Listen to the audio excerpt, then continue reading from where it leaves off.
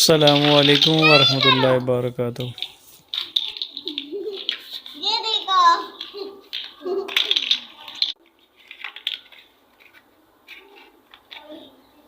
ये देखिए बचपन की यादें।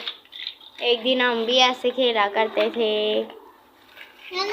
ये मेरी बहन है, ये उसकी फ्रेंड्स हैं। इसका नाम महनूर, ये सवेरा। सवेरा इधर देखो, महनूर इधर देखो। ये महनूर और ये अमना और ये शोना। खड़े हो तीनों।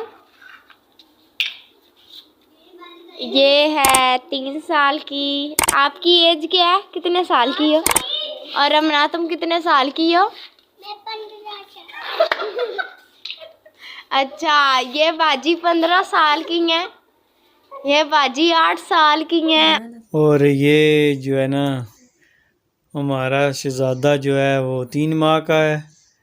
तो देखें जी, हमारी शहज़ादी की उम्र जो है ना 15 साल हो गई है। यही प्यारा बचपन है। तो माशाल्लाह अल्लाह ताला इसकी उम्र दराज करे और यूं ही हंसती मुस्कुराती रहे पापा की परी। अस्सलामु अलैकुम वरहमतुल्लाह।